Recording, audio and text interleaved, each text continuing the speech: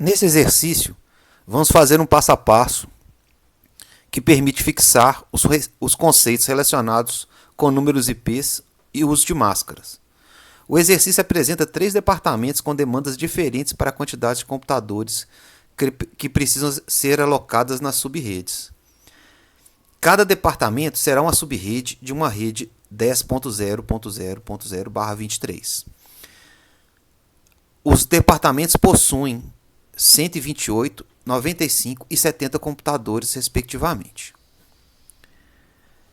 Todos esses computadores devem receber endereços IPs válidos dentro dessa rede. Começamos então analisando as subredes que temos que formar. Para isso, consideramos variações para o tamanho da máscara, o que afeta a quantidade de hosts que cada subrede pode receber. Assim, para o departamento A, escolhemos a máscara /24.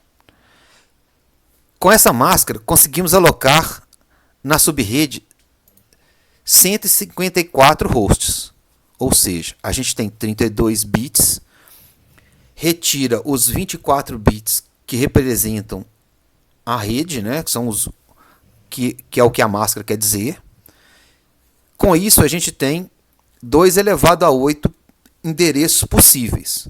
Como existem 2 endereços reservados, na verdade, então, nós temos 256 endereços menos 2, temos 254 endereços úteis, que podem ser alocados para computadores. Se utilizarmos uma máscara menor, por exemplo, /25, conseguimos 128 endereços. Porém, como temos 2 endereços reservados, só conseguimos alocar 126 computadores, o que não é suficiente. Para os departamentos B e C, escolhemos a máscara /25, que permite 126 hosts cada um, o que é suficiente para caber a quantidade requisitada de computadores para os departamentos B e C. Você pode tentar com um valor de máscara menor, por exemplo, /26, e verificar que com ela não consegue a quantidade de hosts suficiente. As máscaras /24 e /25 podem ser representadas em binário, como uma sequência de 20, por exemplo, a máscara /24, como uma sequência de 24 bits 1, seguido dos restantes 8 bits 0. Esses bits podem ser agrupados de 8 em 8 e a gente converte esses agrupamentos em decimal. Então a máscara 24, na verdade, ela pode ser escrita como 255.255.255.0. Cada grupo é separado por um ponto. Já a máscara /25 tem 25 bits 1 seguido de 7 bits 0. Com isso, a representação dessa máscara em decimal, também chamada em octal, são 4 em octal não, em 4 octetos, pode ser escrito então como 255.255.255.128. Ok, então nós já sabemos que quais são as máscaras mínimas para alocar as subredes. Será que a rede que foi fornecida no exercício consegue suportar todos esses endereços? Para saber isso, calculamos quantos endereços existem em uma rede /23 e quantos existem em uma rede /24 e em 2 redes /25. Se a quantidade de endereços dessa rede /23 for igual ou superior à quantidade de endereços de uma rede /24, somada às 2 redes /25, então a rede inicial é suficiente para alocar as subredes desejadas. Caso contrário, a gente precisaria de uma rede inicial maior. Fazendo as contas, então a gente vê que uma rede /23 ela tem 112 endereços. E as outras 3 subredes, elas também têm 512 endereços.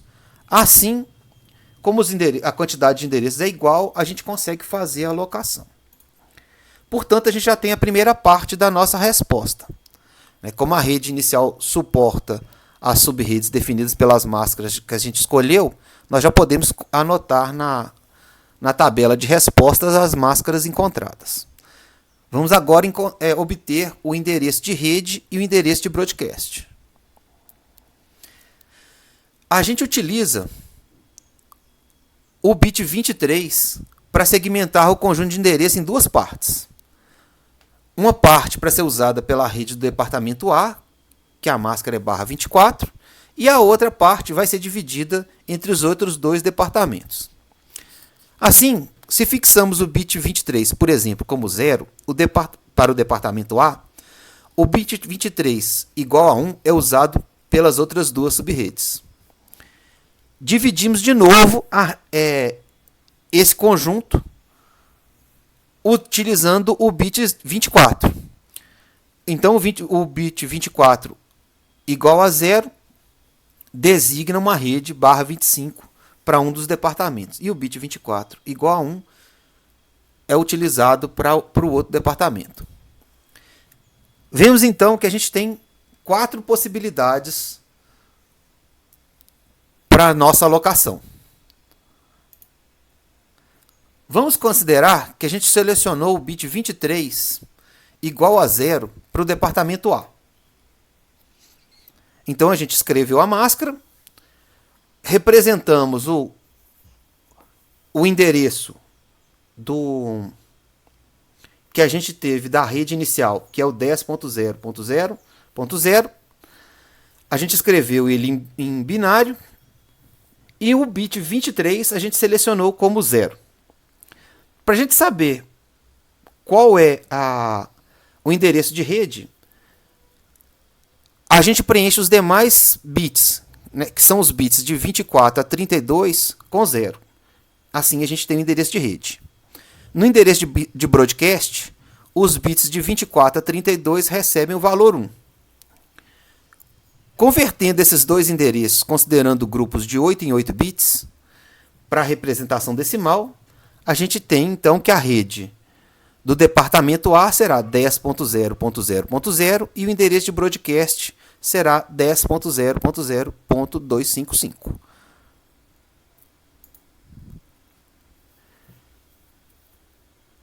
Tendo selecionado então o bit 23 igual a 0 para o departamento A, temos que considerar agora os casos para o departamento B, onde o bit 23 é igual a 1, que é o que está mostrado aqui em vermelho, né? O bit 23 já está fixo em 1. E agora, para alocar o departamento B e o departamento C, a gente atribui um valor para o bit 24. Vamos, por exemplo, considerar o bit 24 igual a 0 para o departamento B. Dessa forma, o endereço de rede do departamento B é formado preenchendo os demais bits, né, que são os bits de 25 a 32 com 0. E o endereço de broadcast, os bits de 25 a 32 recebem o valor 1. Se a gente converter esses dois endereços em binário para a representação decimal, a gente tem então que o departamento B terá uma rede que será 10.0.1.0. Esse 1 ele surge em função do bit 23 ser igual a 1. E o endereço de broadcast será 10.0.1.127. Desculpa. Com isso, para o departamento B sobra só a outra opção, onde o bit 23 é 1 e o bit 24 também é 1.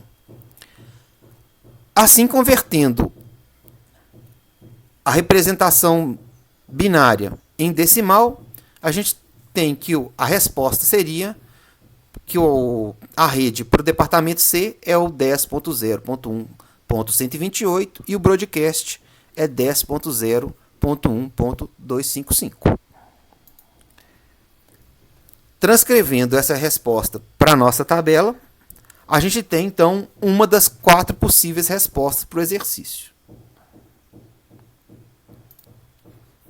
Esse slide, então, resume as diferentes combinações possíveis, né? Onde a gente tem, então, 4 opções diferentes para a alocação da rede A, B e C. Com isso a gente termina o exercício. Espero que vocês tenham gostado.